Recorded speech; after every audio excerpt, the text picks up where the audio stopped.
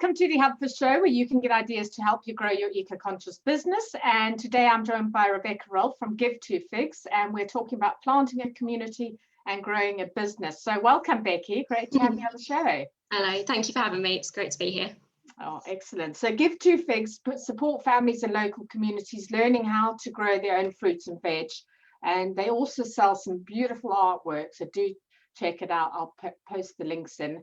Hand-painted vegetable and salad growing and harvesting calendars to raise money as well for their growing projects. So we'll launch straight into the questions, and I'd love to, for you to just share with us, how did you get this whole thing started? I mean, was it planned for 2020, or how did 2020 make it happen? Yeah, it's a funny one, I guess. I think 2020 just happened regardless of whatever was going on in that year. But the project came about from a bit of a culmination of things, really. So when I was growing myself and kind of first starting out, I got into the kind of sowing of things early in the year, and I just used to get this kind of like seed anxiety. I used to build up massive stashes and go, oh my gosh, when do I sow things? Like, what do I do? There's so much stuff to do. And I needed a way to calm my brain down, plan it all out, but have a little bit of a visual celebration at the same time. So I designed the calendars with the help of my sister for myself and my friends as a bit of eco-conscious, like homemade gifts as well.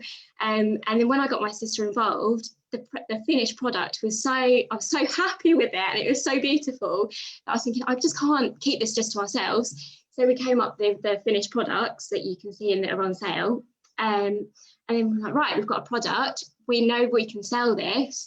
People have bought this out of love of veg and wanting to grow veg and share that experience. I was like, it can't stop there. So I thought, well, why not use the money that we can raise from selling these products to actually put back into projects that help people grow more and just spread the love even more. So it's like a beautiful circle, basically. So yeah, it was a long time in the making because of obviously the handcrafting of the pictures that goes into it. But yeah, and then obviously coming to Norwich and seeing the allotments locally and seeing the projects that could benefit from the money coming through. Yeah, it just all mushed together at the same time, and then Give Two Figs emerged. Oh, fantastic. So how are you helping support families and communities to grow their own veg? Because I know you're also managing some kitchen gardens as well, aren't you? So what's your kind of plans for the future? Yeah, so I guess at the moment, so kitchen garden work is self-employed at the moment outside of Give Two Figs, but it's obviously closely related.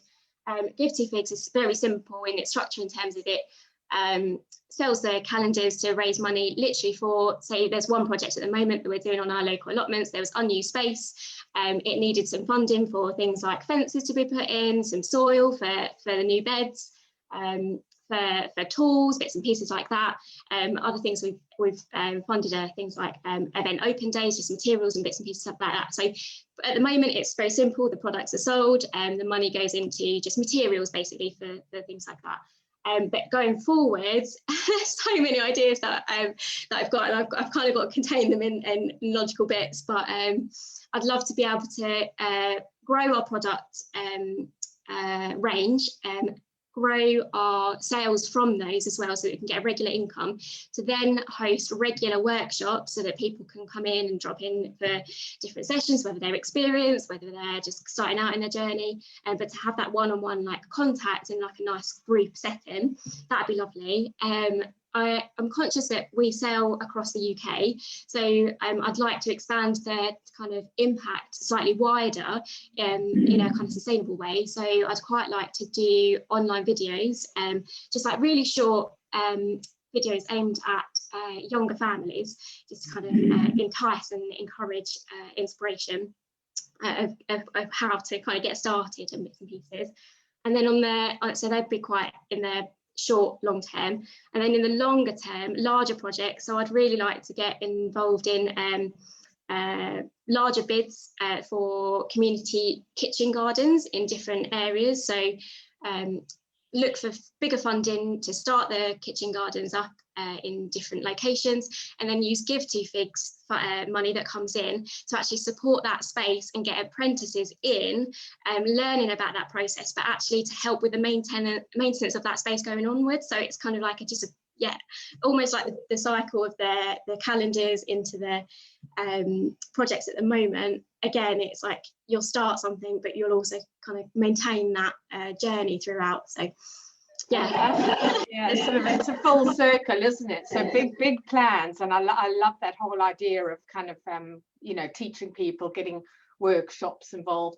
I think as well, a lot of people at home, I mean, I know I had this when I started growing. I was like, oh, what am I doing? Am I doing it right? And people are like, oh, well, you eco, you know what you're doing. And I'm like, no, I don't actually, not when it comes to growing.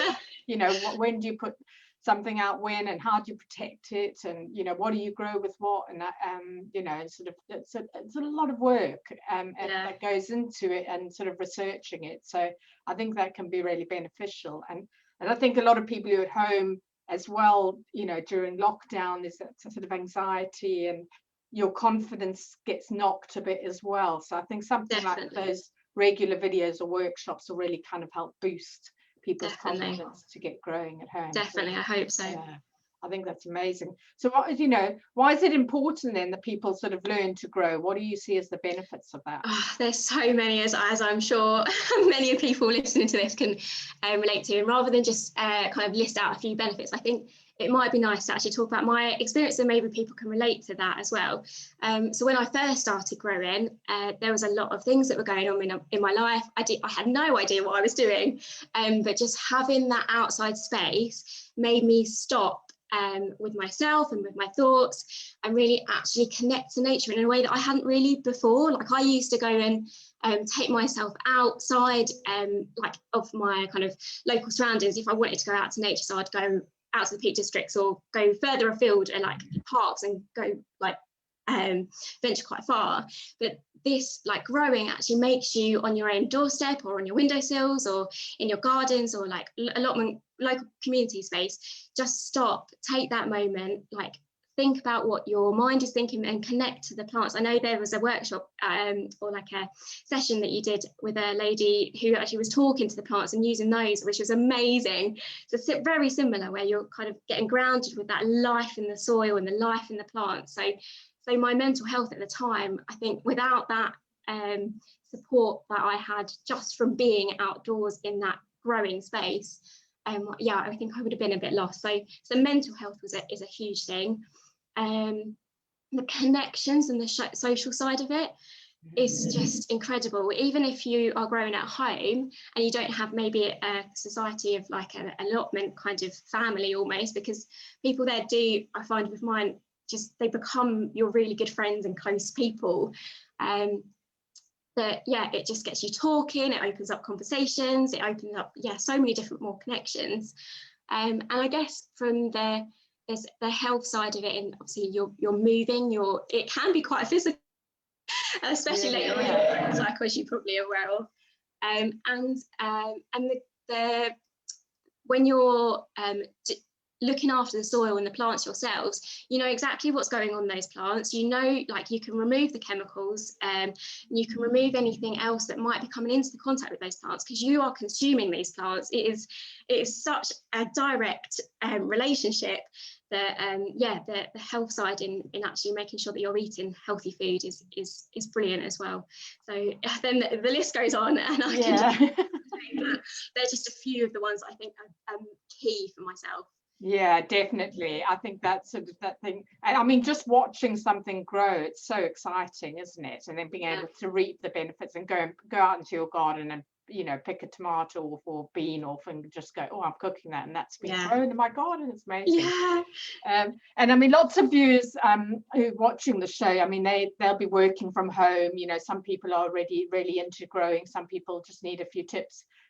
Maybe even if it's in the garden or on your windowsill, can you do you have any sort of a few tips that people could do just to get started? Again, a long list, but I'll get I think I'm now down to about 3 key ones. So I guess when you're growing inside, if you're germinating yourself, make sure that you understand or know a bit more about the seed that you're trying to germinate. So what conditions does it actually like? And you'll give yourself the best success rate. So does it like warmth? Does it like cool conditions? Does it actually need light to germinate? Does it need quite dark conditions to germinate? Those kind of things. Sometimes some of them might need to go through a cold spell to actually start to come out of germination themselves. So to try and save some of the emotional roller coaster, just knowing what that initial seed can save you a huge amounts of time and a heartbreak.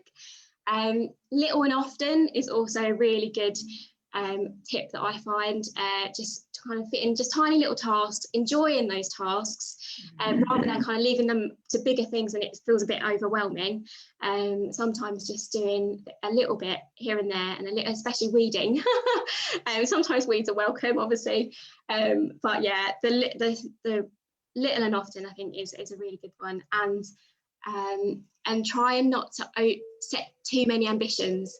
I fall into this trap quite often, is like I see lots and lots of great things out and about, and I'm like, oh, I want to do that, I want to do that, I want to do that, oh, I want to do it all. But actually, the less you do, the more you do it better, the more you really connect to it. And actually, if you're really good at growing one certain type of thing or a few things, you can find the other people that have grown the other types of things and maybe share and swap. And there's nothing better than to be like, oh, I've grown this, can I share this with you? And in return, someone's more than likely you'll find someone willing to do like a bit of a trade. And I love that idea. Yeah, definitely. I love that idea of sharing. So grow what you can grow and then share with other people. So what would you say is your top sort of lifestyle or business eco tip? This kind of comes from experience over the last 8 years with environmental management systems, more with kind of different size organisations, is please, I can't say this enough, being conscious in growth. Growth is obviously great for business, and we'd never want to obviously restrict it, but being conscious in that early initial stage when you can feel that growth happening, getting the foundations right so that you know your life cycles over really getting to know the product, the services, the different ways of doing things and what options are available, your environment that you're doing it in, and what the environment could be like in future. If you get those foundations, if you spend time at the start getting them right, when you grow, you'll have less of a detriment to the environment and actually maybe hopefully a positive impact, and you'll be the ones ahead of the game. So yeah, just being conscious in that growth and really asking yourself, do you know, is there any different ways of doing things? What could you work towards in the future? But yeah. Brilliant, great tip. I love that. Oh, I'd love to chat even more, but we have come to the end of the time. So I know you can find you on Facebook and Instagram at Give 2 Figs. So for those of you who are watching now, who are watching the replay later, please do keep coming with all your comments. Both Becky and I will be on there to help you out, answer your questions. Thank you so much for joining us on the show, Becky. No, thank you for having me. It's been a pleasure. Yeah, really great, and so many great tips there for people taking forward. So yeah, get growing, guys, and thank you for watching, and we'll see you same time next week. Mm-hmm.